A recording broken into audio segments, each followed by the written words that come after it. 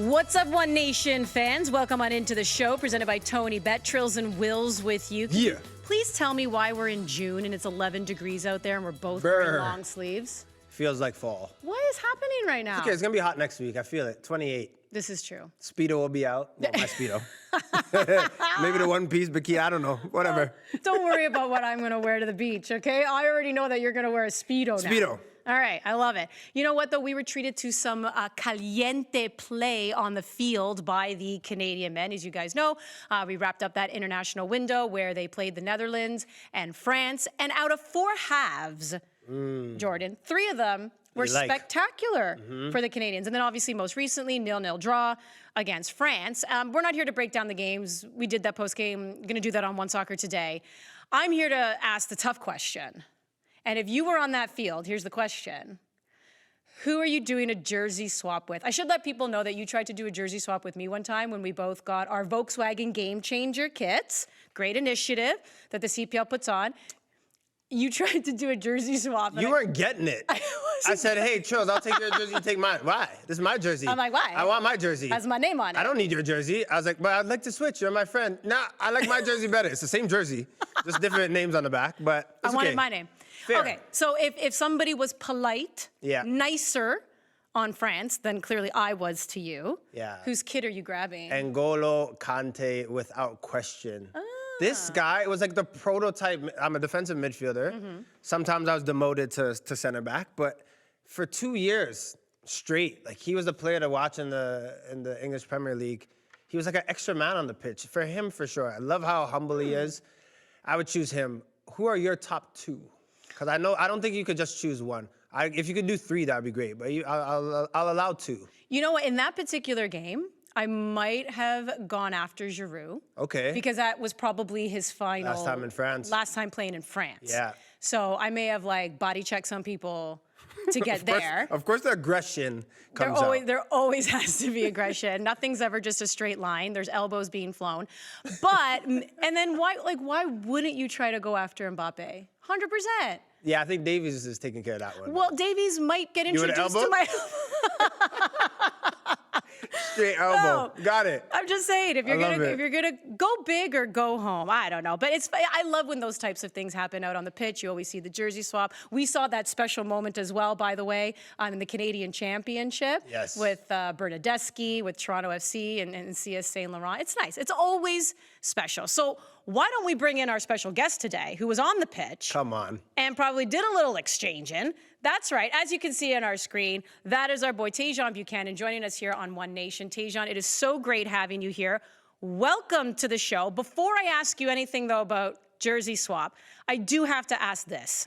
Come el tuo italiano? Yo. Tu senti meglio con la lingua? No. Put me on the spot here. This is what you're going to do to him? No. I know that he's got some lessons. I know that he's feeling pretty good. That's all. I just wanted to throw that out there, Tajon. That's it. That's it. No more. How about You're that? saying you understand that perfectly. No, I'm not saying any of that. All I said was, how is obviously I've been taking some lessons. Does he feel a little better with the language? That's all. Do you have like a line that you're able to share? No dirty words, though. No, I'm not sharing any lines, but obviously I've been taking some lessons. It's coming along, not there yet, but yeah, it's a process, honestly. Like, the biggest thing when you move to a country is just like knowing left, right, step, cut back. Like you need the phrases. Like sinistra, destra, avanti. That's all you need to know. That's left, right, go forward. I'm looking at you, you look like a totally different human being when you're speaking Italian. Destra, I love that. Anyways, well, so Tajon, obviously, as you could tell, Italian's my background. We'll get into Inter beating Napoli in just a moment, whatever. We don't need to talk about that. But I do want to get to, obviously, these last 2 games that you played. And who did you actually swap a kit with? Did you get to do that out on the pitch against France? Yeah, I was able to obviously swap with my teammate, Marcus Thuram. So yeah, it was a good little moment. I love that. All right. How did it feel playing in these games?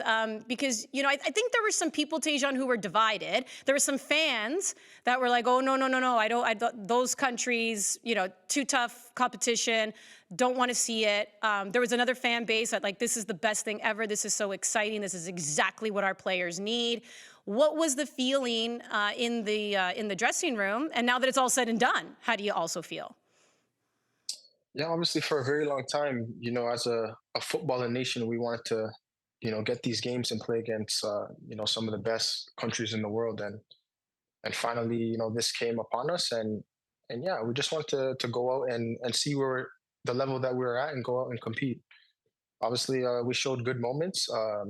In the first game, we put together a very good first half, and then yeah, obviously what we took from that game is, we gotta stay focused for the full 90 plus minutes. And obviously they punished us in the second half and stuff like that. And it was a very good learning moment for us. And then yeah, approaching the France game against obviously one of the best. Yeah, it was another moment to go out there and show that we're still improving as a nation. And then yeah, we're gonna go and approach every game and try and go toe to toe with whoever is out there that we're playing against. And I think we put in a good performance, and yeah, it was obviously good to come away with the draw, and now it's to take another step forward and turn those into wins. Tajon, you could clearly see in the first game against the Netherlands that everyone was bought into the new system. How was that first week under Marsh, and what have you learned from him? Because you could see everyone was locked in, but specifically, what have you learned from him in this first week? Yeah, obviously you have to take it everything day by day and try and take in as much information that as possible. But at the same time, that it's a process, and not everything's going to come together in such a short amount of time. And obviously the goal is to put in good games for this Copa America and to go out and win games and stuff like that. But the main goal obviously is 2026 at the World Cup. Yeah, but so far it's been good. Obviously everyone's super dialed in, and everyone's ready to compete and try and keep improving our football in this country. It seems like a rapid rise with you, right, for taking off in the career that you've had. But those that know you and that speak about you know that you've been putting in work for a long, long time. What advice would you give to a young Canadian kid, maybe growing up in Brampton? Maybe you want to give a shout out to your hometown, but just what it takes to go to the next level. What advice would you give to them? Yeah, obviously the basics is you got to work twice as hard as everybody else. You got to sacrifice things. But for me, it's in my career, it's always had to be super patient and just always believe in myself, even when no one else believed in me. And I think was a major part in getting me to where I am today.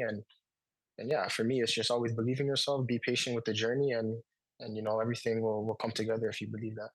You talk about belief and maybe people not having that, or outside people not having that in you. You could see that when you play, when you attack players, there's a fierceness about you when you're doing those step overs and going at players.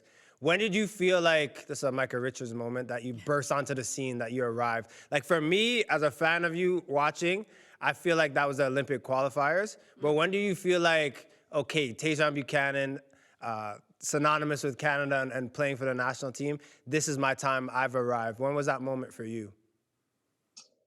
Yeah, I think that moment was at the Gold Cup. I think I was able to put in a bunch of good performances, and then obviously take another big step against Mexico. I think that game really did turn everything kind of and put my name kind of on the map. And then I went back and was able to finish a very strong season at New England. So I would say probably the Gold Cup is when I really felt like I started to burst onto the scene. Well, those Olympic qualifiers, the Gold Cup, you scoring goals. By the way, I said this before, you give me a heart attack every time you do your backflip. Every single time you do it, I'm like, oh my goodness. Tajon, you promised me you're doing that one in Atlanta for sure. Yep. When you bust net, I'm trying to see a backflip and then one of these. Anyways. Sign off or a gunshot, something to indicate us. That's what I want. The older I'm getting, the more those types of things cause me a lot of stress. But I say this because you score goals, and we know that, and you are involved offensively. You get in there, you're not afraid. But something that I think has also been impressive, at least for me when I watch you, is like younger players, sometimes it takes a little while for them to understand the defensive part of the game as well. We get it. Offense gets the glory. But it didn't take you that long. And I remember even when John Herdman was the head coach, that's what he would praise about you, the fact that you had this incredible two-way game and an understanding of that. so early on in your career? Is that just something that came naturally, or was that a conscious effort to say, I can't forget to get back as well and play defensively? Because when you win the ball, that usually means you have it to then be offensive.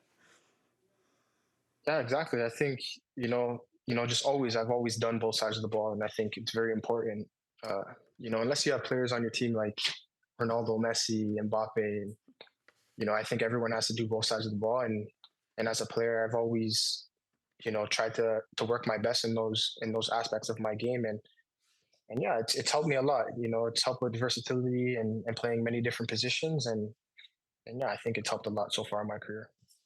All right. How has playing with Intern, being in Italy, another league, obviously making that move up to Serie A, how do you feel that's also helped you with your game? And how would you compare being with Intern to any of the other teams you played on?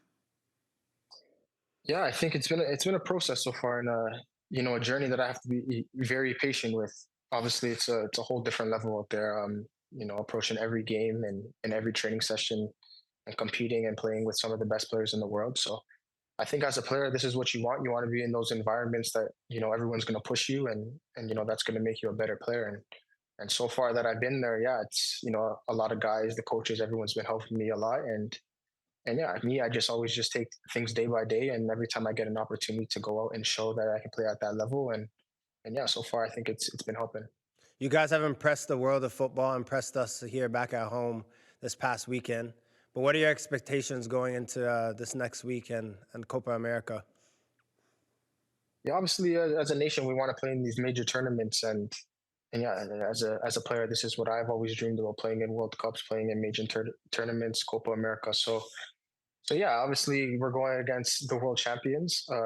Obviously, we have to take it, control what we can control, and that's first and foremost going out and trying to go toe to toe and just focusing on ourselves and let the football do the talking. But yeah, it's obviously going to be a tough tournament. We've been in this situation with the World Cup, and we played against some of the biggest nations. So yeah, tournament football is totally different, and it's just going out, focusing on ourselves, and hopefully we get some wins. We're looking forward to it. And if there's any indication of how you played against France and obviously in that first half against the Netherlands, I think a lot of Canadians are excited to see what you guys can do against Argentina. Before we let you go, we really appreciate you taking the time. I do need to know, though, what has been a favorite dish that you've had in Italy? Because, I mean, it's like the best food in the world. And you got to put that Italian accent. So what is the dish that you have been impressed by, or that you just like are eating all the time? No, honestly, like everything within the club is top. The chefs, the meals that they prepare for us. So honestly, I've been enjoying the food a lot, and can't complain on that aspect or anything like that. So yeah, so far my time in Italy has been great, and yeah, nothing to complain about. And I'm extremely excited for obviously Copa America coming up and this next season with Inter. What I'm hearing, Tajon, is that you miss a rice and peas and oxtail. So fair. You already know. That's basically. You already know. I hear his voice like, yeah, the food's all right, Andy. But yo, some yard food is what he misses. I get it. I was reading between the lines too. You were being very respectful, Tajon. I appreciate you, and that's fine. I get it. But I was going to add, like, because the Italian team, they travel with their own like big Parmigiano wheel. I was wondering if you were going to put the request in for a little Parmigiano Reggiano traveling with the team. No. No, instead you're putting in for like what, rice, peas, and some oxtail. Rice and peas, oxtail, and good stuff. All of that. You know. Oh, now you Crazy. guys, okay, you guys are getting me hungry. Tajon, really appreciate you taking the time. We can't wait for Copa America. Best of luck. Take care. I appreciate you guys for having me. All right, Tajon Buchanan, how awesome. Gem. He's so good. But that you know what? That was respectful. That was a boy raised right. He's like, you know what? Food's good. Yeah. No, it's great. Thank you for this. Thank you. Top notch. I appreciate it. And However, you came on in. I was hearing it in his voice. Like I've answered certain questions. People asked me about Danish food when I was there. I was like, it's good. It's good. It's good. So you have a comparison to something else. You're like, yeah, but it's not that. Yeah, But teach their own. Listen, I understand that. Teach their own. But going back to when you said like, when did you know you made it? Yeah. This is when I know it seems really small and trivial, but as we know, I mean, fan bases can be very protective, especially when you're at home.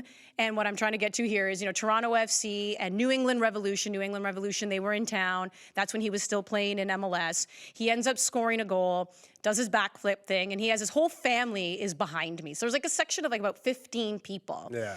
Not a ton of New England Revolution fans, but they were clearly there for him. They get up, they start cheering, whatever. And I've seen before things get nasty in the stands, right? If there are people cheering for the opposition, right? TFC fans, For as sure. we see in most places, sit down, blah, blah, blah, blah, you know, everyone was just like clapping away because they all knew what Tajon was also doing for the national team. It was almost like, all right, you're cheering for the opposition, but it's Tajon, so it's okay. And boyhood, right? It's what you represent. Like we mentioned it quickly, like just growing up here in Brampton, growing up in the GTA and what that means. But this is a guy, like he plays with a chip on his shoulder. You could see how much he loves the game and he's just pushing.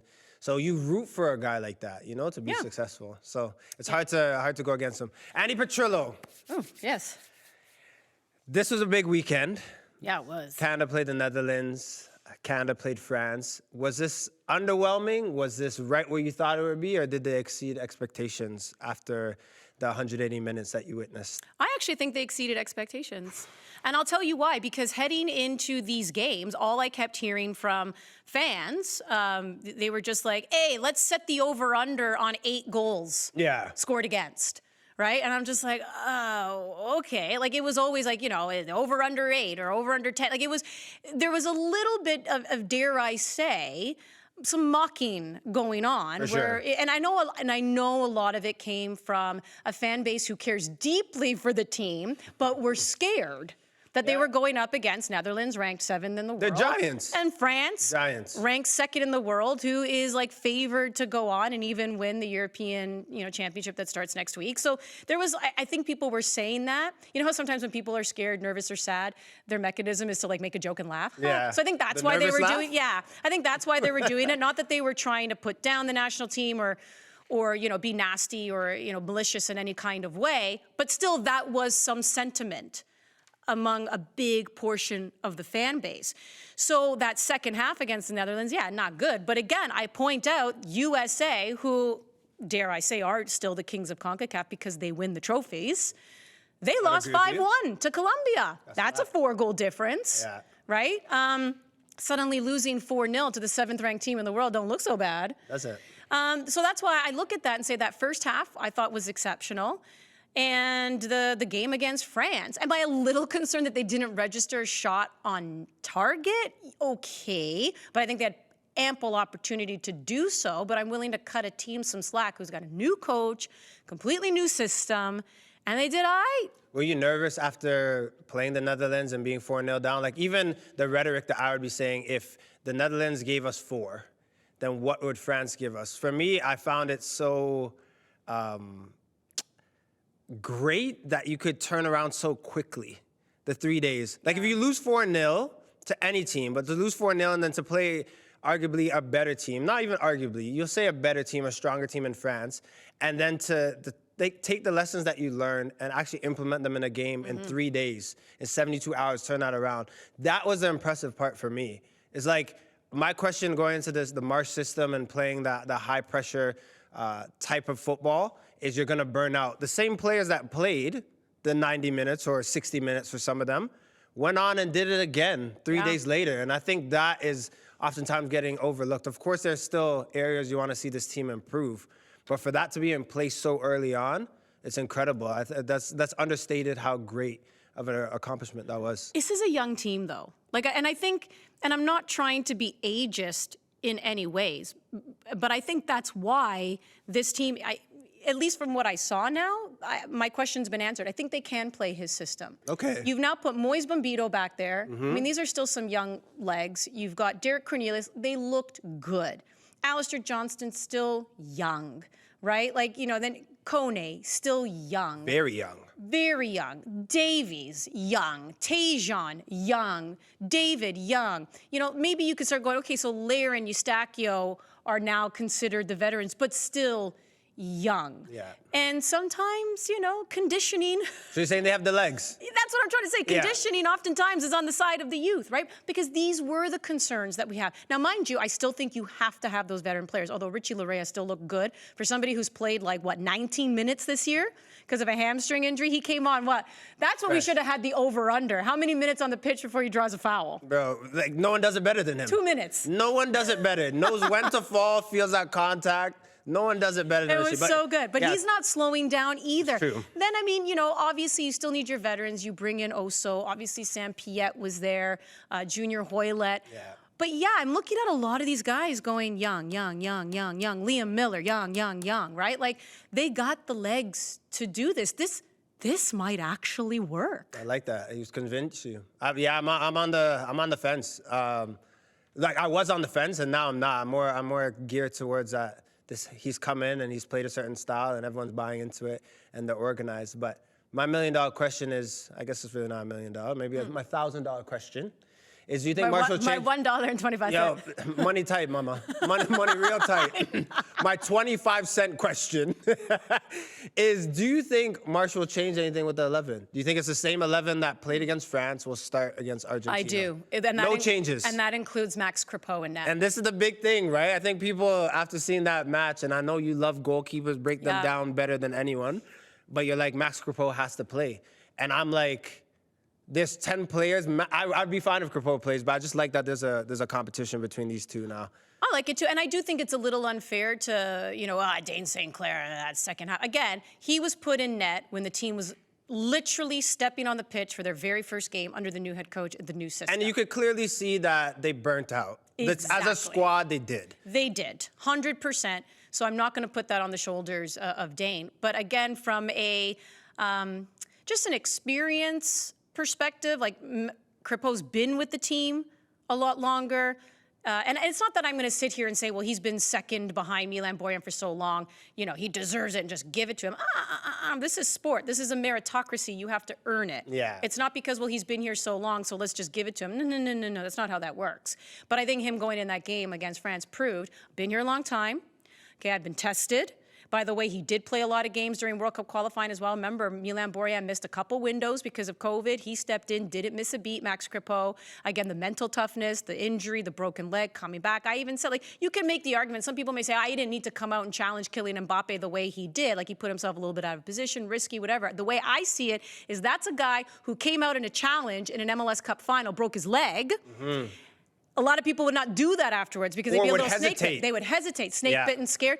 That to me shows mentally he's back. Mm-hmm. Not only physically is he there, mentally he's back. And you bring up a great point, Andy Petrillo, because that is a thing too with players. If I'm a player, I love to tackle. If I got injured, that's how you know. That's how you test yourself. If you're going to the same tackle before the injury with confidence, knowing that you're going to come out with the ball, you're back. Yeah. I love that he came out, realized the situation, assessed it, and said, you know what, I'm not going to put my hand anywhere. I'm just going to make myself as big as possible and cut down the angle. Yeah. So, it's hard to argue against Crepeau being in between the sticks, but I like that starting 11, though. Yeah. Do you not? I do. No. Yeah. I don't think anyone can really argue, but I feel like there's things we can get into if we had more time, right? If you're playing layering up top, or how does that look like if you take him out and put another midfielder and all these little things. But in terms of a squad, it's hard to say, even though that was a draw against France, in ways it kind of feels like a win. It feels like there's a lot to celebrate from that performance. Why would you go and change that? But I do agree with you. And notice how I mentioned it. No shots on target. Mm-hmm. So that becomes a little concerning, right? Because they were putting themselves in really good positions. They just couldn't hit the target. They couldn't hit the net. So you're right. Do you make some tweaks there? Yeah.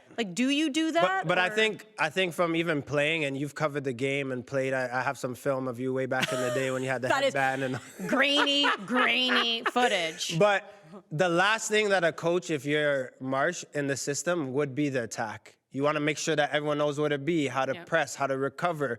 That is what you're trying to get in. And keep in mind, this is a week with the squad. So the last thing that you're going to work on is how to have that quality in front of goal.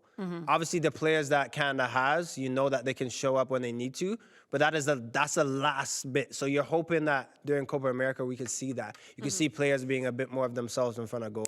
That's the men. The women were also in action, as we know. They played 2 games against Mexico. The first one was a 2-0 victory. Those goals coming in the second half. We were a little concerned. Nothing was getting going in the first half. They make their substitutions. Evelyn Vienne assisting, looking good. And then Chloe Lacasse getting the second one. Both of them starting against Mexico in the second game. Didn't look as dynamic as, when they came on as subs. That ends up being a 1-1 draw. How are you feeling about the Canadian women? I think they're going to have another one probably behind closed doors before Bev has to name the Olympic roster, which I think is going to be around July 1st, right? Because July 3rd is the deadline. So, and she wants to wait till the last possible minute. So July 1st, 2nd, how fitting would it be on Canada Day if she did it? Do you think she has more questions than answers? Do you think if you're the injured players, like Nichelle Prince, Quinn, Sydney Collins, you don't feel threatened that you'll lose your spot because nobody outplayed you? It's tough. I wouldn't want to be Bev Priestman because I think she has 3 or 4 big decisions to make, and that's probably like that 15th, 16th, 17th, 18th spot, I'd put it. Obviously, there are shoo-ins within the squad, and we even said it when we were covering the game. Like Janine Becky, the leadership that she brings, and the quality that she brings when she's on, she's a player that would be huge for Bev Priestman. But then now, I think even covering this team, there are players that you're like, maybe this is their chance to go and play, like a Viennes or a Smith. You're like, ooh, is this a tournament where you want to use them? So I think Bev, it just depends how she wants to go. Do you want to go with people that are tried and true that you know, or do you want to maybe take a chance, a bit of gamble of players that have proven that they could be an asset to the squad? But with an 18-player roster, how much can you afford to, we'll wait to see if this person is ready, is fit, or to see what they're giving? You kind of have to think that you have to take players that are ready right now, 100%, that are giving you all that they can. And that's why I think there are bigger question marks for certain players. Yeah, we know Nichelle Prince is back on the field. She was named to the squad. Bev just didn't play her for precautionary reasons. Sydney Collins has been out on the pitch as well, wasn't at this camp. Quinn, heard nothing about them. Knee injury, kind of silent on that front, so maybe you're a little bit more concerned for their availability. I don't know. Like, it's just, you're kind of looking at them going, okay, so Nichelle Prince, Sydney Collins back on the pitch. Are they at 70% still better than what maybe Bev thinks of the other players at 100%? Yeah. That's something only the coach can answer. But are we going to end this off with a little bit of fun? What did producer Ollie do now? Oliver Platt has a box of surprises, and I put it on the floor because someone likes to cheat. You say that all the time. Yeah, that's sort of. Me winning and beating you is not cheating. It's just me being better than you. In today's box of surprises, you will find names of Canadian women's national team players competing for a place on the Olympic roster. Are they in or out? So we have to pick a name, and then we say if they're in or out? Yeah. You want to go first? Ladies first. Okay, this isn't really a competition. It's just us having like a little bit of... A little bit of fun? Oh, you're going to just judge our opinion on it. Okay. I'm curious. Who'd you get? Who I get. All right. So, Stop. Nichelle Prince. In. Of course. Hands down. If she's... 70%, she's still in. That's what I... Because you want, and I'll explain why. Because there is no player for Canada who can offer the upside that Nichelle Prince offers in that 9 position. Yeah, she like Adriana Leon is better on the wing, right? Yes, and can do a shift at the 9, but you want to see a world where Nichelle Prince can play with her speed, and you accompany that with Leon. So or we're saying Lacasse. yes. That is a hell yes. That's a yes. Sorry, Mom. She said I have good manners and good. I know. I just jumped. Ooh, this one's tough. Tell me. Gabby Carl. What are you saying? You know what? There's 18 players, by the way, Chills. It's not 25, 18. Yes or no? Yes. I'm going yes. Okay. I'm going yes. Because when she has come in, Jade Revere, I think, are we both in agreement that Jade Revere is going to get that start? Right now, she's the healthiest, and she's... Yeah, so Jade Revere is going to be on that left side. We know it. But when Gabby Carl has come in as a substitution, she's looked good there. But this is where it gets really tricky with Sydney Collins. But I think Gabby Carl has looked good. I'm going to say no. Sorry, it's not your turn, boo. It's my turn to grab. But you just grabbed Gabby Carl. No. Oh, shoot. Sorry. Wake My up. bad. My bad. Have Sorry. a No, word. honestly, My apologies. Yeah. I grabbed your hand and quickly I said, don't touch it. Who is this? Come on, man, just pick one. I can't. They're stuck together. What's going on? Deanne Rose. Oh, this one's tough too. No, I don't think she makes it. She didn't even play. There's something a little telling. Something was up there. She didn't even play in those games against Mexico. And you could, I mean, I guess people would argue and say, yeah, Heidema only played at the end of the, yeah, but I don't think she's making it, which is crazy to say. Quick. next one. We have 30 seconds. Olivia Smith. She's on the plane. She's got to be on the plane. You I got agree with to. you. A lot of upside. Jessie Fleming, come on. outta Making here. it. You're in. Ollie, get out of here with that. You're in. Evelyn Vienne. On the plane. On the plane. I've liked what you offered, the 2 assists in the first leg against Mexico. Great that as a super solidified sub. it. Yes. She is the super sub. Julia Grosso. I'm glad we're out of time. I don't know. Sabrina D'Angelo. Yes, she's going to back up Kaylin Sheridan. We love you, One Nation. Thanks for tuning in. Everyone's going to Paris.